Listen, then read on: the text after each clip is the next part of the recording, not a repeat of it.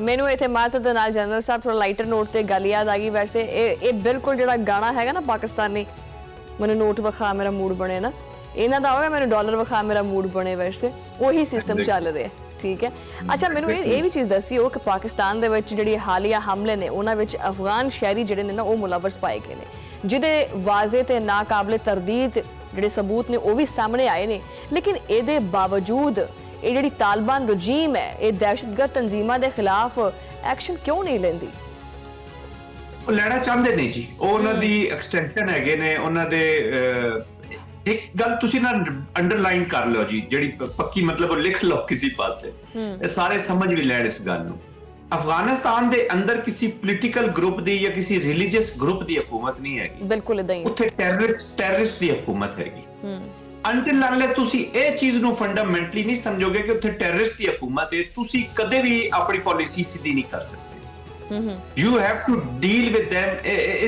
ਇਸ ਲਾਈਨ ਨੂੰ ਸਾਹਮਣੇ ਰੱਖ ਕੇ ਤੁਹਾਨੂੰ ਉਹਨਾਂ ਨਾਲ ਡੀਲ ਕਰਨਾ ਪਏਗਾ। ਇਸ ਤੇ ਕਿਸੇ ਨੂੰ ਸ਼ੱਕ ਨਹੀਂ ਹੋਣਾ ਚਾਹੀਦਾ।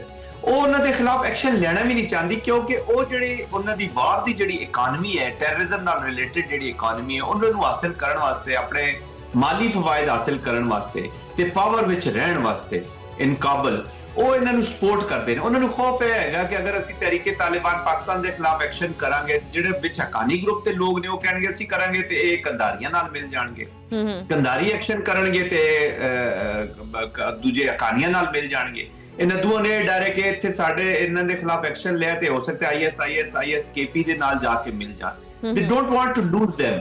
ਉਹ ਉਹਨਾਂ ਦੇ ਲੀਵਰੇਜ ਇਸਤੇਮਾਲ ਕਰਨਾ ਚਾਹੁੰਦੇ ਨੇ, ਉਹਨਾਂ ਨੂੰ ਆਪਣੇ ਨਾਲ ਰੱਖਣਾ ਚਾਹੁੰਦੇ ਨੇ। ਉਹਨਾਂ ਕੋਲ ਡਰਦੇ ਵੀ ਹੈਗੇ ਨੇ, ਇਹ ਵੀ ਤੁਹਾਨੂੰ ਮੈਂ ਦੱਸਦਾ, ਡਰਦੇ ਵੀ ਹੈਗੇ ਨੇ ਕਿ ਸਾਡੇ ਖਿਲਾਫ ਹੀ ਨਾ ਹੋ ਜਾਏ। ਇਹਨਾਂ ਕੋਲ ਡਰਦੇ ਵੀ ਹੈਗੇ। ਅੱਛਾ, ਮੈਂ ਆਪਣੇ ਇੰਟਰੋ 'ਚ ਵੀ ਚੀਜ਼ ਆਖੀ ਹੈ ਕਿ ਇਹਨਾਂ ਦਾ ਚੀਜ਼ ਆਪਾਂ ਕਹਿੰਦੇ ਆ ਕਿ ਜੀ ਜਿਹੜੇ ਤਾਨੇ ਬਾਨੇ ਹੈ ਇਹ ਭਾਰਤ ਨਾਲ ਬਹੁਤ ਮਿਲਦੇ ਹੈਗੇ ਹੈ, ਔਰ ਈਵਨ ਕਿ ਜਿਹੜੇ ਦੀ ਇਹਨਾਂ ਦੀ ਪਾਲਿਸੀਆਂ ਨੇ ਉਹ ਵੀ ਭਾਰਤ ਨਾਲ ਮਿਲਦੀਆਂ ਨੇ।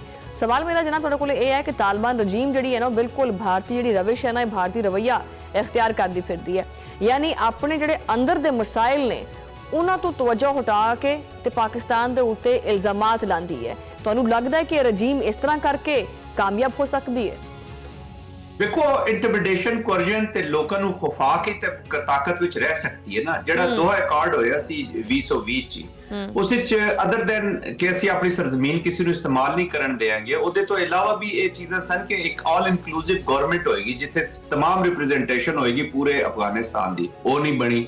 ਜਿਹੜੀ ਸੋਸ਼ੋ ਇਕਨੋਮਿਕ ਡਿਵੈਲਪਮੈਂਟ ਹੋਣੀ ਸੀ ਉਹ ਨਹੀਂ ਹੋਈ। ਇਹਨਾਂ 2.5 ਮਿਲੀਅਨ ਬੱਚਿਆਂ ਨੂੰ ਸਕੂਲਾਂ ਚੋਂ ਚੁੱਕ ਕੇ ਬਾਹਰ ਕਰ ਦਿੱਤਾ ਜੀ। 1.4 ਨੂੰ ਤਾਂ ਜ਼ਬਰਦਸਤੀ ਕੱਢਿਆ, 2.5 ਵੈਸੇ ਬਾਹਰ ਬੈਠੀਆਂ ਨੇ। ਤੋ ਉਹ ਅਗਰ ਉਹਨਾਂ ਨੂੰ ਖੌਫ ਨਾ ਦਿਵਾਨ ਆਪਣੇ ਲੋਕਾਂ ਨੂੰ ਕਿ ਜੀ ਤੁਹਾਨੂੰ ਤਾਂ ਇਹਨਾਂ ਨੂੰ ਚਾਹੀਦਾ ਇੱਕ ਬਾਹਰ ਦਾ ਐਲੀਮੈਂਟ, ਐਕਸਟਰਨਲ ਫੋਰਸਿਸ ਤੁਹਾਡੇ ਤੇ ਐਕਸ਼ਨ ਕਰ ਰਹੀਆਂ ਨੇ to keep their country united, ਤੇ ਉਹਨਾਂ ਨੂੰ ਖੌਫ ਦੇ ਅੰਦਰ, ਉਹਨਾਂ ਨੂੰ ਕੋਰਜਨ ਦੇ ਅੰਦਰ ਰੱਖਣਾ ਚਾਹੁੰਦੇ ਨੇ। ਇਹ ਖੌਫ ਹੁਣ ਪਾਕਿਸਤਾਨ ਕੋ ਦਿਵਾ ਰਹੇ ਨੇ। ਤਾਲਿਬਾਨ ਇਹ ਗੁੱਸਾ ਦਿਲਵਾਉਂਦੇ ਨੇ ਕਿ ਜੀ ਇਹਨਾਂ ਅਮਰੀਕਾ ਨੂੰ ਸਪੋਰਟ ਕੀਤਾ। ਖੁਦ ਅਮਰੀਕਾ ਕੋਲੋਂ ਪੈਸੇ ਵੀ ਲੈਂਦੇ ਰਹਿੰਦੇ ਨੇ, ਹਾਲੇ ਵੀ ਅਮਰੀਕਾ ਹਜੇ ਵੀ ਲੈ ਰਹੇ ਨੇ। ਔਰ ਇਸ ਤੋਂ ਇਲਾਵਾ ਇਹ ਅੱਜ ਕੱਲ ਮੈਂ ਅਕਸਰ ਕੋਟ ਕਰਦੀ ਹੁੰਨੀ ਆ, ਅੱਜ ਕੱਲ ਭਾਰਤ ਦੀਆਂ ਤੇ ਅਫਗਾਨਿਸਤਾਨ ਦੀਆਂ ਆਪਸ ਚ ਬੜੀਆਂ ਘੁੱਟ-ਘੁੱਟ ਕੇ ਜੱਫੀਆਂ ਪੈ ਰਹੀਆਂ ਨੇ। ਠੀਕ ਹੈ, ਔਰ ਉਹਨਾਂ ਦੇ ਹੀ ਉਂਗਲਾਂ ਤੇ ਨੱਚਦਾ ਫਿਰਦਾ, ਔਰ ਭਾਰਤ ਜਿਹੜਾ ਨਾ ਉਹ ਇਸ ਟਾਈਮ ਅਫਗਾਨਿਸਤਾਨ ਦੇ ਮੋਢੇ ਦੇ ਉੱਤੇ ਬੰਦੂਕ ਰੱਖ ਕੇ ਚਲਾ ਰਿਹਾ ਜੀ। ਬਿਲਕੁਲ, ਭਾਰਤ ਪੂਰਾ ਫਾਇਦਾ ਚੁੱਕਿਆ ਜੀ। ਇਹ ਉਹੀ ਭਾਰਤ ਹੈ ਜਿਹੜਾ 2021 ਚ ਜਿਹੜਾ ਇਹਨਾਂ ਦੇ ਖਿਲਾਫ ਸੀ। ਤੁਸੀਂ ਜ਼ਰਾ ਭਾਰਤ ਦਾ ਇੱਕ ਰਿਕਾਰਡ ਫੈਕਟ ਚੈੱਕ ਕਰੋ ਨਾ ਜ਼ਰਾ, ਕਿੰਨੀਆਂ ਫਿਲਮਾਂ ਬਣਾਈਆਂ ਨੇ ਇਹਨਾਂ ਨੇ ਤਾਲਿਬਾਨਾਂ ਦੇ ਖਿਲਾਫ। ਔਰ ਹੁਣ ਔਰ ਦੇਖੋ, ਹਮੇਸ਼ਾ ਹਾਲਾਂਕਿ ਪਾਕਿਸਤਾਨ ਨੇ ਹਮੇਸ਼ਾ ਭਾਰਤ ਦੇ ਇਹਦੇ ਨਾਲ, ਅਫਗਾਨਿਸਤਾਨ ਦੇ ਨਾਲ ਅੱਛੇ ਤਾਲੁਕਾਤ ਰੱਖੇ ਨੇ। ਈਵਨ ਕਿ ਇਹਨਾਂ ਨੇ ਤਾਂ ਇਹਲਾ ਜ਼ਬਰ ਕੀਤਾ ਹੋਇਆ, ਜ਼ੁਲਮ ਕੀਤਾ ਹੋਇਆ ਕਿ ਜਦੋਂ ਪਾਕਿਸਤਾਨ ਬਣਿਆ ਸੀ ਨਾ ਤੇ ਸਭ ਤੋਂ ਜਦੋਂ ਇਨਕਾਰ ਕੀਤਾ ਸੀ ਤੇ ਇਹਨੇ ਪਾਕਿਸਤਾਨ ਨੂੰ ਮੰਨਣ ਤੋਂ ਇਨਕਾਰ ਕੀਤਾ ਸੀ ਅਫਗਾਨਿਸਤਾਨ ਨੇ। ਬਹਰਹਾਲ ਮੈਨੂੰ ਇਹ ਚੀਜ਼ ਦੱਸੋ ਕਿ ਵੀ ਹੁਣ ਬਾਰਡਰ ਜਿਹੜਾ ਨਾ ਬੰਦ ਹੋ ਗਿਆ। ਪਾਕਿਸਤਾਨ ਨੇ ਜਿਹੜਾ ਦੋ ਟੋਕ ਅਲਫਾਜ਼ ਦੇ ਵਿੱਚ ਇਹ ਪੈਗਾਮ ਦਿੱਤਾ ਹੈ ਕਿ ਖੂਨ ਤੇ ਤਜਾਰਤ ਇਹ ਨਾਲੋਂ ਨਾਲ ਨਹੀਂ ਚੱਲ ਸਕਦੇ। ਇਹ ਨਹੀਂ ਹੋ ਸਕਦਾ ਕਿ ਸਾਡੇ ਤੇ ਹਮਲੇ ਵੀ ਹੋਣ ਤੇ ਅਸੀਂ ਇੱਕ ਦੂਜੇ ਦੇ ਨਾਲ ਲੈਣ ਦੇਣ ਵੀ ਕਰੀਏ। ਤੁਹਾਨੂੰ ਕੀ ਲੱਗਦਾ ਹੈ ਕਿ ਇਹ ਲੱਤਾਂ ਦੇ ਭੂਤ ਇਹ ਗੱਲਾਂ ਨਾਲ ਮੰਨਣਗੇ? ਵੈਸੇ ਅਫਗਾਨੀ ਜਿਹੜੇ ਨੇ, ਜਿਹੜੀ ਜੰਗ ਹੁੰਦੀ ਹੈ ਜੀ ਉਹ ਤੁਸੀਂ ਹਰ ਡੋਮੇਨ ਵਿੱਚ ਲੜਨੀ ਹੁੰਦੀ ਹੈ ਜੀ। You have to create condition. ਤੁਸੀਂ ਇੱਕ ਹਾਲਾਤ ਇਹੋ ਜਿਹੇ ਪੈਦਾ ਕਰਨੇ ਹੁੰਦੇ ਨੇ ਕਿ ਤੁਸੀਂ ਪਾਲਿਸੀ ਚੇਂਜ ਅਪਲਾਈ ਕਰ ਸਕੋ ਆਪਣੇ ਆਪੋਨੈਂਟ ਪਾਰਟੀ ਤੇ ਜੀ। ਮੈਂ ਅਫਗਾਨਿਸਤਾਨ ਨੂੰ ਆਪਣਾ ਦੁਸ਼ਮਣ ਇਸ ਲਈ ਨਹੀਂ ਕਹਿ ਰਿਹਾ, ਕਿ ਅਫਗਾਨਿਸਤਾਨ ਦੇ ਲੋਕਾਂ ਦਾ ਕੋਈ ਕਸੂਰ ਨਹੀਂ ਹੈਗਾ, ਉਹ ਆਪ ਵਿਕਟਮ ਨੇ ਵਿਚਾਰੇ ਨੇ ਟੈਰਰਿਸਟ ਦੇ। ਇਹ ਅਫਗਾਨਿਸਤਾਨ ਤਾਲਿਬਾਨ ਇਸੇ ਵਾਸਤੇ ਕਹਿੰਦੇ ਕਿ ਉੱਥੇ ਜਿਹੜੀ ਰਜੀਮ ਬੈਠੀ ਉਹ ਟੈਰਰਿਸਟ ਦੀ ਬੈਠੀ, ਅਫਗਾਨਿਸਤਾਨ ਦੀ ਨੁਮਾਇੰਦਾ ਰਜੀਮ ਨਹੀਂ ਬੈਠੀ। ਲੋਕ ਕਹਿ ਸਕਦੇ ਨੇ ਕਿ ਕੱਲ ਤੱਕ ਤਾਂ ਤੁਹਾਨੂੰ ਇਹ ਰਜੀਮ ਸਹੀ ਲੱਗਦੀ ਸੀ, ਅੱਜ ਤੁਹਾਨੂੰ ਗਲਤ ਲੱਗਦੀ ਹੈ ਕਿ ਤੁਹਾਡੇ ਨਾਲ ਲੜਨਾ ਸ਼ੁਰੂ ਹੋ ਗਏ ਨੇ। ਮੈਂ ਅਰਜ਼ ਕੀਤਾ ਕਿ ਉਸ ਵਕਤ ਵੀ ਪਾਕਿਸਤਾਨ ਜਿਹੜੇ ਤਾਲਿਬਾਨਾਂ ਨੂੰ ਸਪੋਰਟ ਕਰ ਸੀ, that was for the people of Afghanistan. ਉਹਦੀ ਵਜ੍ਹਾ ਇਹ ਕਿ ਉਸ ਤੋਂ ਪਹਿਲੇ ਵੀ ਅਫਗਾਨਿਸਤਾਨ ਦੇ ਲੋਕਾਂ ਨਾਲ ਇਤਨਾ ਜ਼ੁਲਮ ਹੋ ਰਿਹਾ ਸੀ ਤੇ ਪਾਕਿਸਤਾਨ ਇਸ ਉਮੀਦ ਦੇ ਨਾਲ ਕਿ ਤਾਲਿਬਾਨ ਸ਼ਾਇਦ ਕੋਈ ਇੱਥੇ ਆਰਡਰ ਲੈ ਆਣਗੇ, ਇਸ ਮੁਲਕ ਨੂੰ ਥੋੜਾ ਸਿੱਧਾ ਕਰ ਦੇਣਗੇ, ਇਸ ਮੁਲਕ ਨੂੰ ਥੋੜਾ ਅੱਗੇ ਲੈ ਕੇ ਚੱਲਣਗੇ, ਲੋਕਾਂ ਵਾਸਤੇ ਕੁਝ ਕਰਨਗੇ। ਇੱਕ ਗਰੋਇੰਗ ਤੇ ਮੂਵਿੰਗ ਫਾਰਵਰਡ ਅਫਗਾਨਿਸਤਾਨ ਜਿਹੜਾ ਪਾਕਿਸਤਾਨ ਨੂੰ ਸੂਟ ਕਰਦਾ ਹੈ।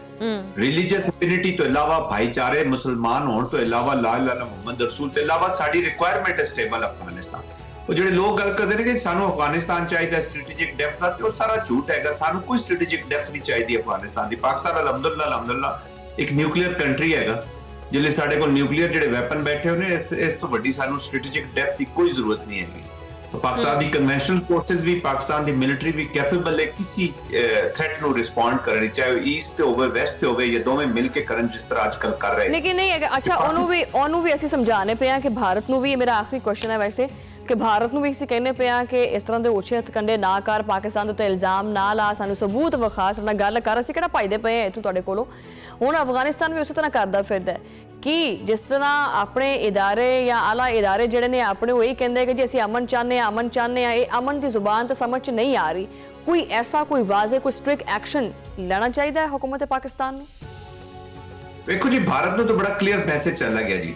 ਪੁਲਵਾਮਾ 'ਚ ਵੀ ਚੱਲਾ ਗਿਆ ਸੀ ਤੇ ਪਹਿਲਗਾਮ ਤੇ ਬਿਲਕੁਲ ਹੀ ਹਰ ਘਰ ਵਿੱਚ ਉਹਨਾਂ ਦੇ ਮੈਸੇਜ ਚੱਲਾ ਗਿਆ।